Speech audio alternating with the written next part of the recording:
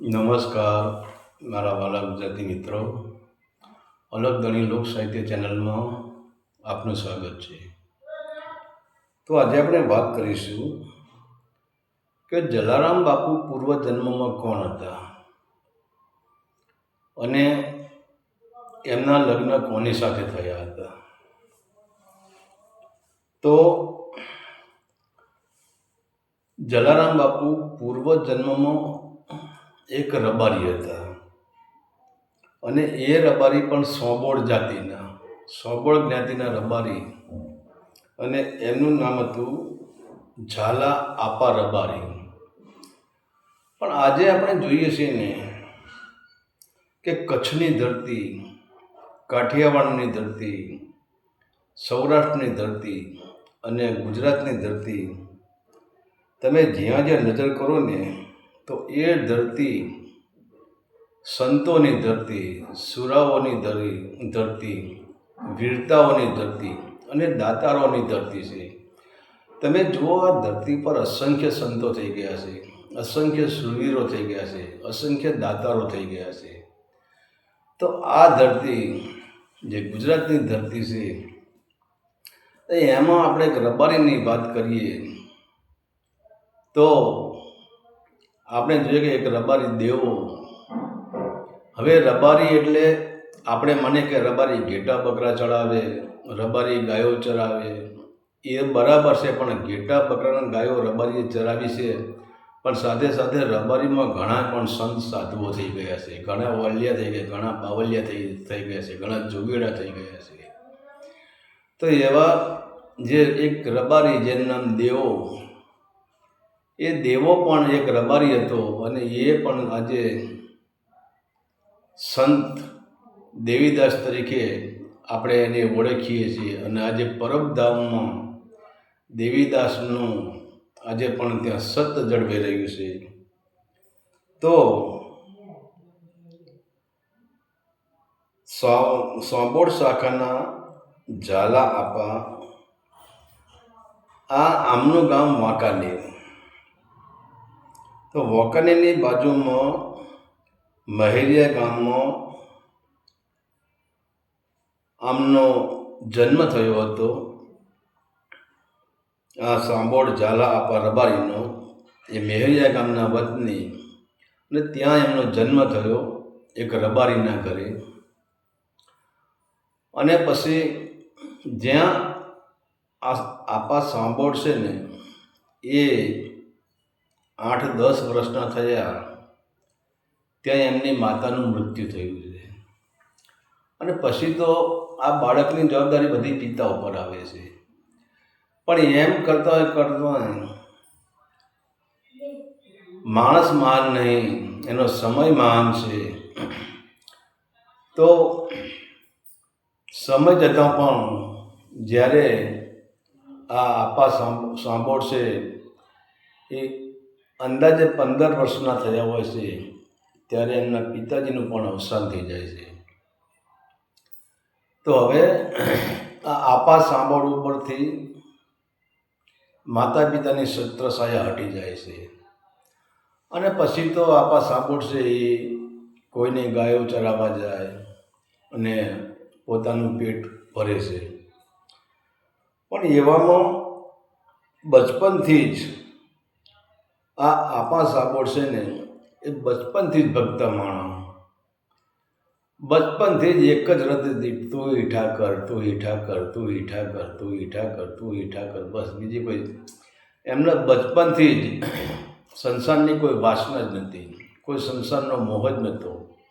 બસ ભક્તિમય જીવન. મા બાપની છત્રછાયા ગુમાવી, એમ છતાં પણ એમના હોઠ ઉપર એક જ શબ્દ હતો, તું હી ઠાકર, તું હી ઠાકર, તું હી ઠાકર, તું હી ઠાકર. અને આમ કરતાં કરતાં આ આપા ઝાલા સાંભોળની એની ઉંમર થાય છે. અને ત્યાર પછી એટલે એમના લગ્ન થાય છે. અને એમના લગ્ન થાય છે એ રબારીની દીકરી સાથે થાય છે.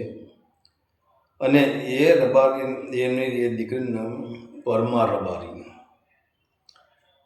હવે પરમાં પણ આ આપા સાંભળથી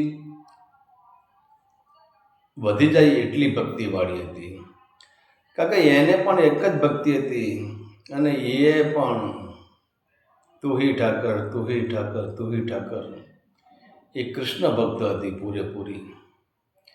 હવે આ બંનેના લગ્ન થાય છે ત્યારે સમાજમાં એવું થાય છે કે આપા સાંભળ કરતાં ભક્તિમાં એની પત્ની વધી જાય છે અને આ બંને પતિ પત્ની ભક્તિ કરે છે. પણ એક દિવસ એની પત્નીએ કહ્યું કે આપણે ભક્તિ તો કરીએ જ છીએ, પણ તમારા માથે કે મારા માથે ભલે આપણે બંને તુહી ઠાકર કરીએ છીએ, પણ આપણા માથે કોઈ ધણી નથી અને આપણા માથે કોઈ ગુરુ નથી. તો કહે છે કે ધણી વિનાનું ઢોર છે એ હરાયું ઢોર કહેવાય. એની ધણી વગરના ઢોરની આ જગતમાં કોઈ કિંમત નથી. એમ આપણી પણ કોઈ કિંમત નથી. ભલે આપણે ભક્તિ કરીએ પણ આપણા માથે ધણી નથી. ત્યારે આપા સાંભળો કહે છે કે હવે શું કરશું? ત્યારે આ એની પત્ની એ કહે છે, આ પરમાં કહે છે કે ગુરુ બિન જ્ઞાન ન ઉપજે, ગુરુ બિન મળે ન ભેદ, ગુરુ બિન સંશય ના ટળે, અને ભલે તમે વાંચો ને ચારે વેદ. હે રબારી, તમે ગમે એટલું તુહી ઠાકર કરો, હું પણ તુહી ઠાકર કરું, પણ જ્યાં સુધી આપણા માથે ધણી નથી, આપણા માથે ગુરુ નથી, આપણા માથે કોઈ સાક્ષી નથી, ત્યાં સુધી આપણને કોઈ જ્ઞાન થવાનું નથી. ભલે આપણે ગમે એટલી બહારની કોશિશ કરીએ પણ આપણને સત્ય જ્ઞાન થવાનું નથી. ત્યારે આ આપા સાંભળ કહે છે, ઝાલા આપા સાંભળ કહે છે કે વાત તારી સાચી છે, પણ હવે ગુરુ કરવા કોને? અને એમાંય પાછા સતગુરુ મેળવવા, સાચા ગુરુ, સિદ્ધ પુરુષ મેળવવો. હવે એના સાનિધ્યમાં જવું તો આ તો કાઠું કામ છે. અને આજના સાધુઓમાં આવા સાચા સંત, સાચા સાધુ, સાચા સદગુરુ, સાચા તારણહાર આપણે ક્યાંથી મળી રહે? ત્યારે કહેવાય છે કે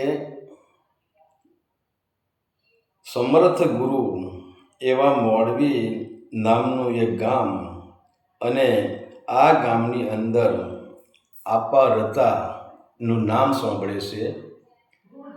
ત્યારે પછી આપા ઝાલા રબારી અને એની પત્ની પરમાં આ બંને આપા રતા પાસે આવે છે અને આવીને એમના ચરણોમાં સ્પર્શ કરી દેશે અને કહે છે કે હે આપા રતા,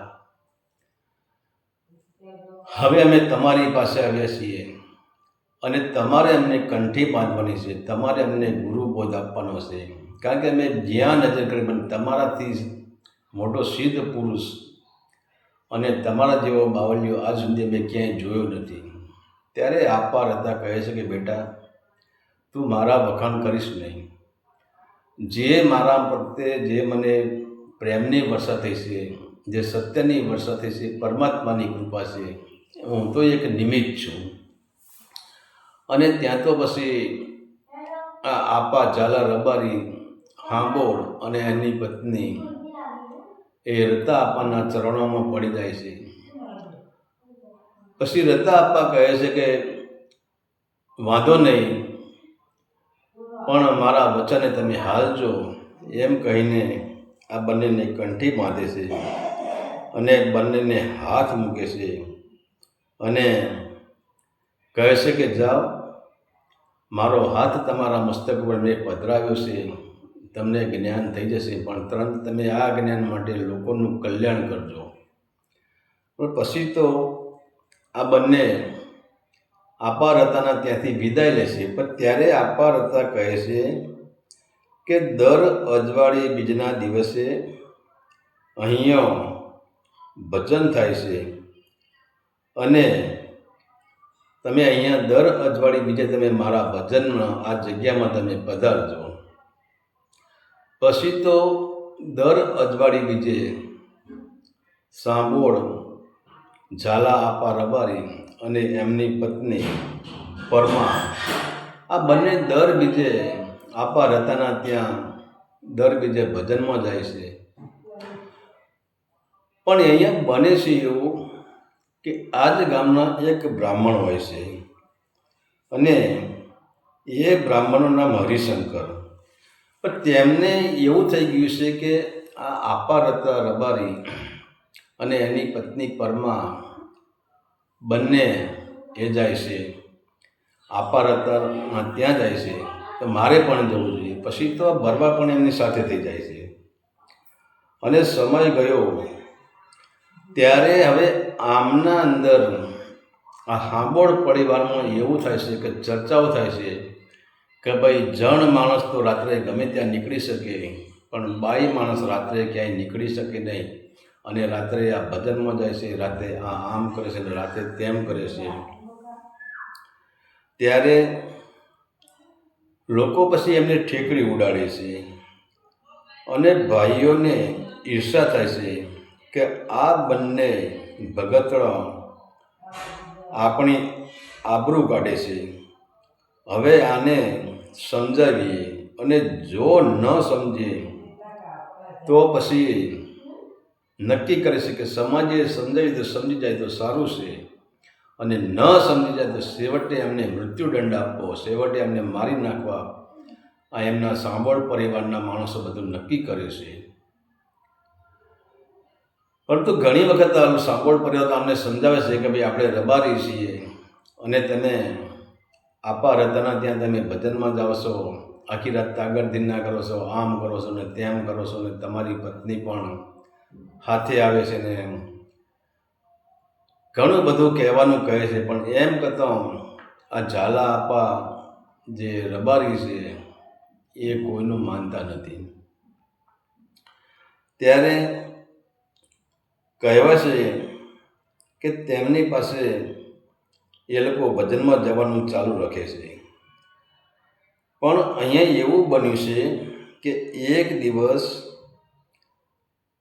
આ આપા સાંભળ, ઝાલા આપા સાંભળ એ આપા રતાના ત્યાં ભજનમાં જાય છે, સાથે બ્રાહ્મણ પણ હોય છે, એમની પત્ની પણ હોય છે. અને જ્યાં ભજન પૂરા થાય છે, સવારના 5 વાગ્યા છે અને ભજન પૂરા થાય છે, ત્યાં પછી આ ઝાલા આપા સાંભળ એ ગુરુજી પાસે રજા લેવા જાય છે કે ગુરુજી હવે અમને રજા આપો, હવે અમે અમારા ઘરે જઈએ. ત્યારે ગુરુજી જવાની રજા આપતા નથી અને કે તમે આજનો દિવસ અહીં રોકાઈ જાઓ, તમારે આજે ઘરે જવાનું નથી. તો હરિશંકરને પણ ગુરુજી ના જ પાડે છે કે હરિશંકર તમારે પણ અહીં રોકાવાનું છે, તમારે પણ કાલની રાત અહીંયા રોકાવાનું છે, તમારે 2 દિવસ ઘરે જવાનું નથી. પણ હરિશંકર ગમે એવો તો એ બ્રાહ્મણ હતો, તો એમને કહ્યું કે ગુરુજી સવારે બધા બ્રાહ્મણ છે, મારે આમ કરવું જોઈએ, મારે તેમ કરવું જોઈએ. એમ છતાં ગુરુજી ના પાડે છે કે હરિશંકર તું મારા વચન બહાર જઈશ તો તકલીફ થશે. પણ હવે જે આ સાંભળ જે ઝાલા રબારી છે, આપા ઝાલા એ અને એમની પત્ની બંને રોકાઈ જાય છે. પણ આ જે હરિશંકર છે એ ગુરુના વચનનું માનતા નથી અને ત્યાંથી પછી સવારે વહેલા નીકળી જાય છે. તો હવે બને છે એવું કે એ આશ્રમમાંથી, આપા રતાના આશ્રમમાંથી નીકળે છે. હવે અહીંયા તો શું ઘટના ઘટી હતી કે આ ઝાલા સાંભળ જે રબારી છે એમના જ માણસો હથિયારો લઈને રસ્તામાં વાટ જોઈને જ બેઠા હતા કે ક્યારે આ લોકો આવે ને આને આપણે પૂરા કરી દઈએ, આને આપણે કાપી નાખીએ, આપણે એને મૃત્યુદંડ આપી દઈએ. અને અંધારું હોય છે એટલે પહેલાં જ હરિશંકર નીકળે છે અને આ સાંભળો રબારીઓ જોઈ જાય છે અને કહે છે કે હા હવે આ બ્રાહ્મણ નીકળ્યો છે.